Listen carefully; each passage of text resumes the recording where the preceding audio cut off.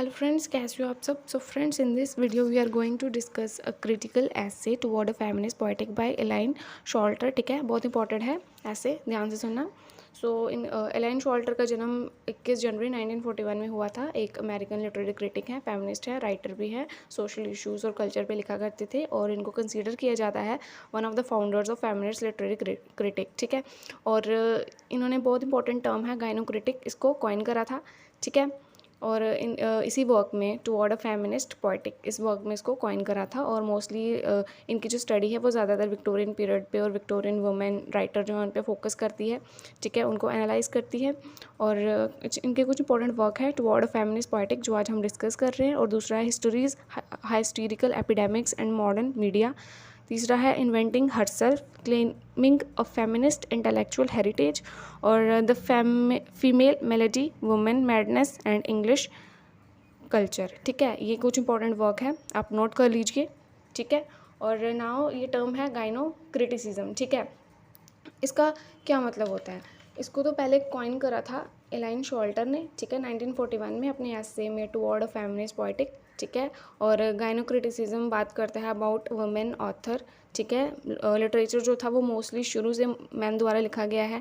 Man ही है जो women के को पोर्ट्रे करते हैं, उनके बारे में लिखते हैं अपनी राइटिंग्स में. ठीक है, तो ये गाइनो क्रिटिसिज्म जो टर्म है ये एलाइन शॉल्टर ने इसको यूज़ करा है और बताया है कि वुमेन को खुद अपना वर्क खुद अपने बारे में खुद लिखना चाहिए, ना कि मैन. ठीक है, वुमेन राइटर को सामने लाने की कोशिश करती हैं ये. ठीक है, और दिखाया जाता है मेल रिटन वर्क्स में जो मेल राइटर हैं वो इस किस तरह से वुमेन को पोर्ट्रे करते हैं. ठीक है, तो इस चीज़ को इन्होंने बोला है कि वुमेन है उसको अपने वर्क खुद लिखनी चाहिए, अपने बारे में खुद लिखना चाहिए, ना कि मेल, क्योंकि जितना फीमेल अपने आप को जानती है इतना मैन नहीं.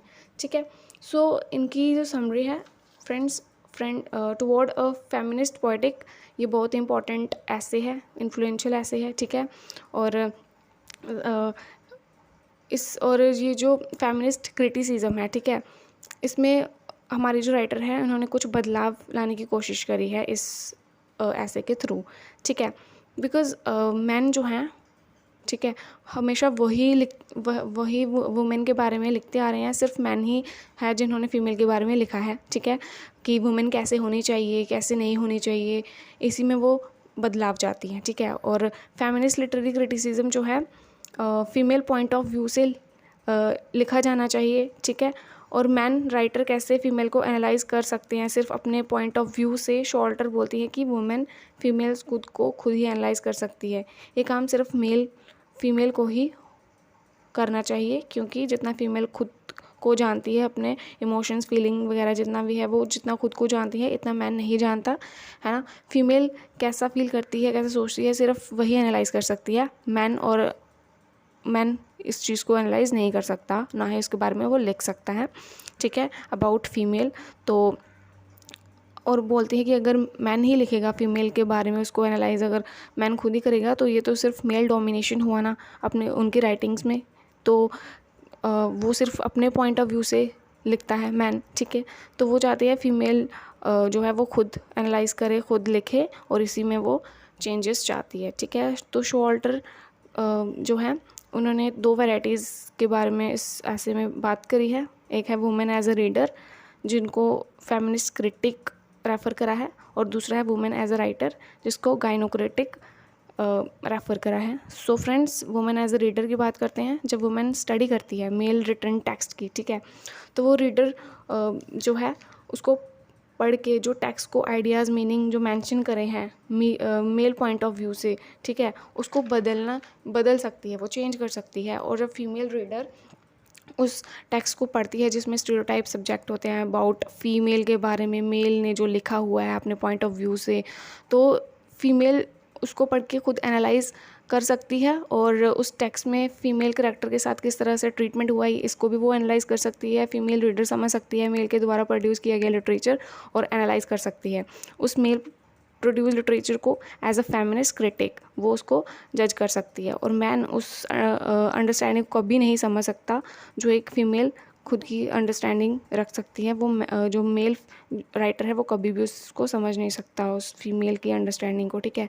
और शो ऑल्टर कहते हैं कि वुमेन को दिखाया गया हुआ मैन ऑथर द्वारा लिटरेचर में हमेशा मैन ने ही वुमेन को दिखाया है अपने लिटरेचर में, और वुमेन जो है वो सिर्फ कंज्यूम करती है और लिटरेचर को सिर्फ पढ़ सकती है। तो ये वुमेन का बहुत बड़ा उसको एक्सप्लॉइट करना होता है, क्योंकि क्रिएटर जो है वो मेल है और जैसा वो चाहे वो पोर्ट्रे करता है अपने वर्क में, ठीक है।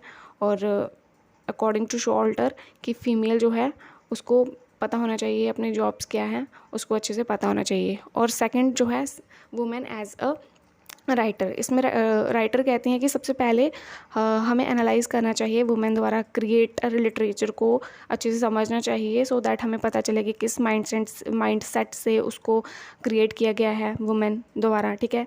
और हमेशा new models, new ideas, new themes और न्यू एक्सपीरियंस पर बेस्ड हमें वुमेन का जो इंटरेस्ट है, ठीक है, जो उसका आइडिया है जो वो लिटरेचर में इंक्लूड करना चाहती है, हमें उससे जानना चाहिए, ठीक है। वुमेन एज अ राइटर क्या कहना चाह रही है, क्या आइडिया प्रेजेंट कर रही है, हमें ये जानना चाहिए, उसकी क्या साइकोलॉजी है, ठीक है। और एकमात्र वुमेन ही है जो खुद का माइंडसेट, खुद के आइडियाज़ वह खुद ही प्रेजेंट कर सकती है, क्योंकि वुमेन का माइंडसेट एक आदमी कभी भी नहीं लिख सकता। तो वुमेन को लिटरेचर में कंट्रीब्यूट करना चाहिए, वुमेन को खुद को लिटरेचर करियर बनाना चाहिए और अपने आप को डेवलप करना चाहिए, ठीक है। क्वालिटी मेंटेन रहेगा इससे, ठीक है। तो और इक्वालिटी भी रहेगी वुमेन को, ठीक है, उसको खुद अपने वर्क खुद लिखने चाहिए, तो इसमें इक्वालिटी मेंटेन रहेगी। तो फ्रेंड्स, इस ऐसे में राइटर ने वुमेन एज अ रीडर और वुमेन एज अ राइटर पर मेनली फोकस किया है। सो आई होप आपको समझ आया है ये ऐसे।